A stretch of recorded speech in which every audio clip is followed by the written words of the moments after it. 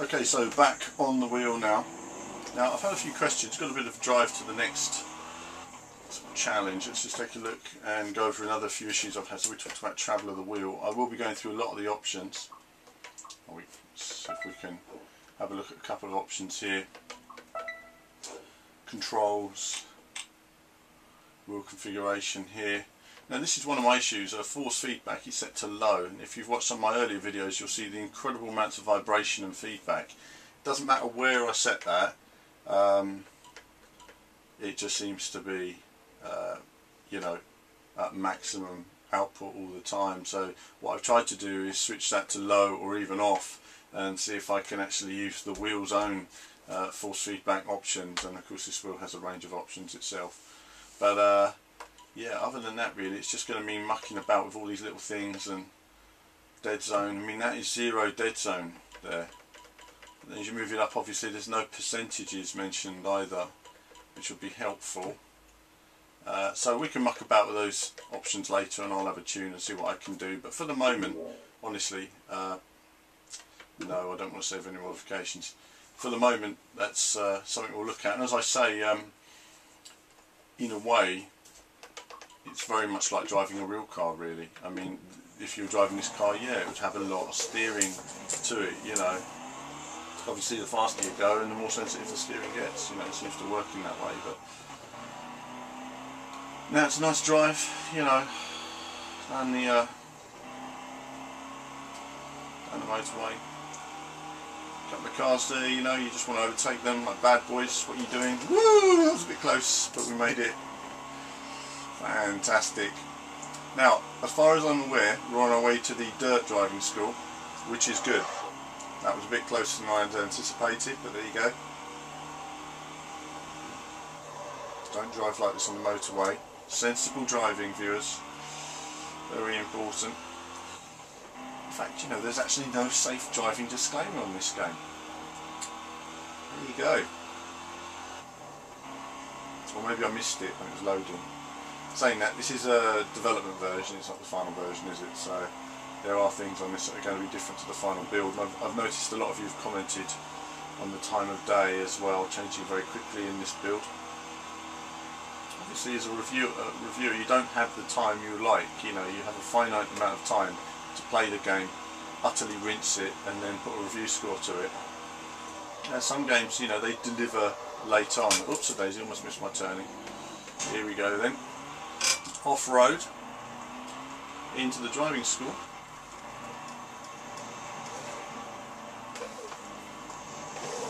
Ooh. Slide there. Let's drop this lass off. Have I gone far enough? There we go. Cool. That's my off-road racing school. Can I show it to you? Sure, why not? So give a little wave. You have reached your destination.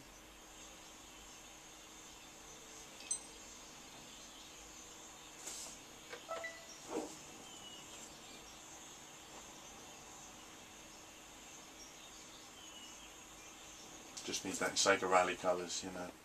Fantastic. Hey, welcome to the crazy world of dirt. Here, we're not uptight like the guys at the asphalt track. We have fun and enjoy ourselves. But when it comes to competition, it's a jungle. If you want to make your way here, you'll need to fight. Hello, everybody. You need to fight. Hey, Jay. You want to go for a ride in the mountains? I like it. I assure you, you won't be disappointed. And if you're a bit scared, we can get cozy. In your dreams. Come on, let's go home. Ugh, you just met the Wilder brothers, the kings of the dirt championships. Okay, let's see what you're worth on the track. Because we're going to get rad.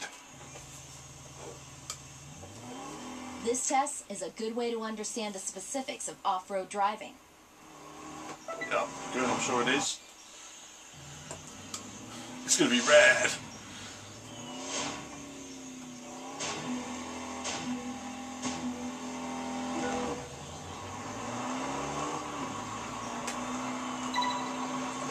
Understeer.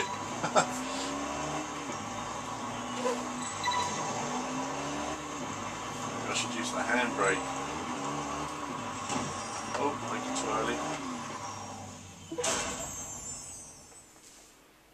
There you go. You see, it wasn't that complicated.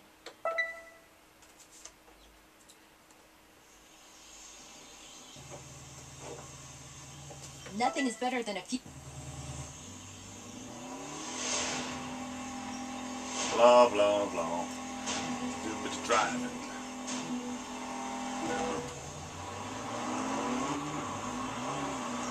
Now I've done this with the pad, and actually it was really easy with the Xbox pad, but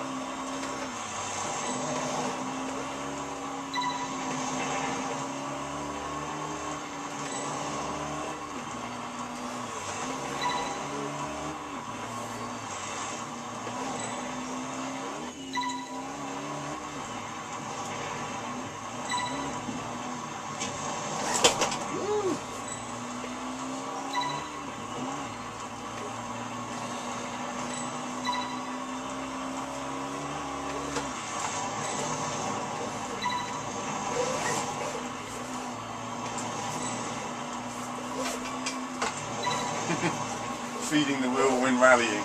Probably not advisable, but works. Boom. So that's done. Let's see what's next. Now, typical, you missed a few challenges there because the camera ended, but we're back on again now. This is a rain challenge.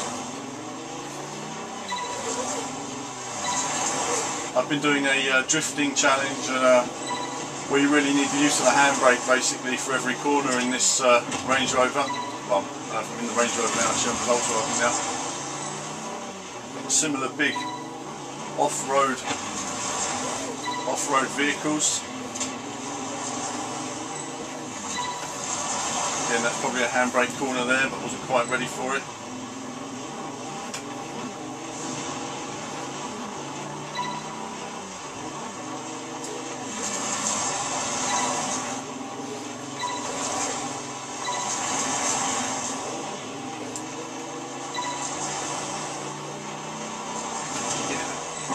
Jumps there and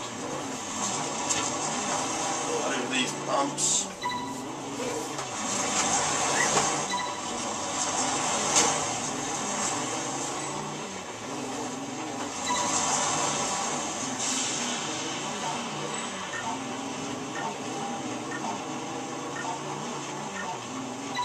Woo! Doesn't get much closer than that, does it? Mr. Will liked it as well. Look at that excited vibration. On to the next one.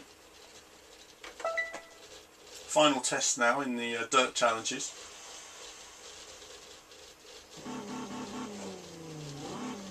Another Let's nice see challenge. if you can get round this fast and technical course with a good time score.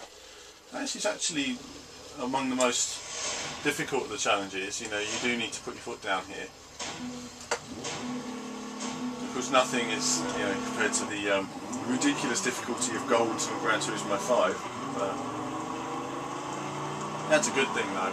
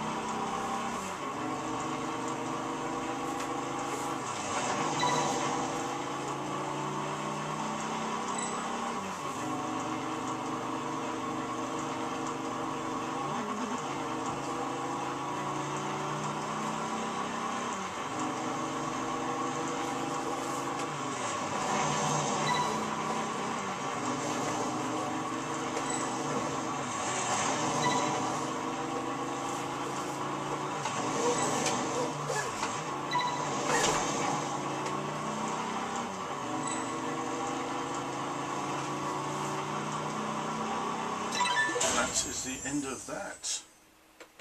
There you go. You see, it wasn't that complicated. Lovely jubbly.